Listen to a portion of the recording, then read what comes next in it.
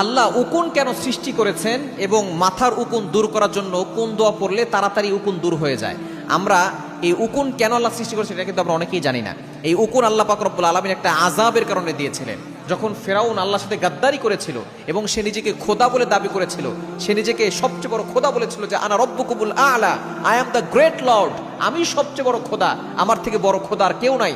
তখন আল্লাহ পাক রব্বুল আলামিন এই ফেরাউনের উপরে 5টা আযাব নাজিল করেছিলেন। এটা আল্লাহ তাআলা নিজে বলে দিয়েছেন।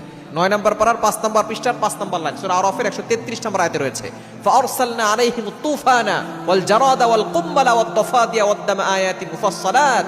আল্লাহ পাক রব্বুল আলামিন এই আয়াতে 5টি আযাবের কথা বলেছেন। ফাআরসালনা আলাইহিমুত তুফান, 1 নম্বরে আল্লাহ পাক রব্বুল আলামিন ঝড় দিয়েছেন, তুফান দিয়েছেন। ফেরাউনের যেই সৈন্য সামর্থ্য ছিল সবকিছুর উপর আল্লাহ পাক রব্বুল আলামিন বিশাল বড় ঝড় দিয়েছিলেন।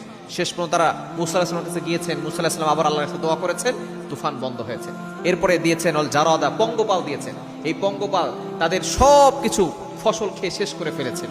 এই এমন একটা আযাব দিয়েছেন, এই পঙ্গপালের আযাব ফেরাউনের উপর আল্লাহ পাক রব্বুল আলামিন চাপিয়ে দিয়েছেন সূরা আরাফের 133 নম্বর আয়াতে।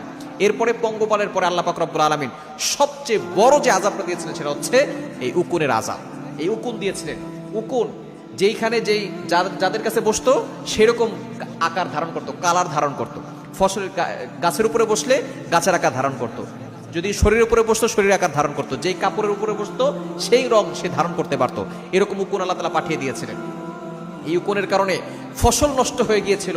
শুধু তাই নয়, কাপড়ে এসে মানুষের শরীরগুলো ক্ষতবিক্ষত করে দিয়েছিল, মানুষ বুঝতেও পারে নাই। মাথার চুলগুলো এমনভাবে খেয়েছে এবং শরীরের ভিতরে ঘা তৈরি করে দিয়েছিল এই উকুন এসে। এই উকুনগুলো এভাবে আল্লাহ পাক রব্বুল আযাব দিয়েছিলেন। এরপর কুম্বালা, কুম্বালা মানে হচ্ছে উকুন। এরপর দফা দিয়া, ব্যাঙের আযাব দিয়েছিল। এরপরে আল্লাহ পাক রব্বুল আলামিন রক্তের আযাব দিয়েছিল। এই 5টি আযাবের ভিতরে অন্যতম এবং শক্তিশালী সবচেয়ে বড় আযাবের নাম হচ্ছে উকুন। এই উকুন আল্লাহ পাক রব্বুল আলামিন ফেরাউনের সময় আযাব হিসেবে পাঠিয়েছিলেন। এই উকুন যদি কারো মাথার ভিতরে চলে আসে তাহলে সে কিভাবে আমল করবে? সে 7 দিন আমল করলেই সে ভালো একটা উপকার পাবে ইনশাআল্লাহ। কোরআনের পবিত্র কোরআনুল কারীমের সে নারিকেল তেল দিবে অথবা নিম পাতার রস নিতে পারে। এরপরে পবিত্র কোরআনুল কারীমের সূরা ফাতিহা 7 বার পড়বে।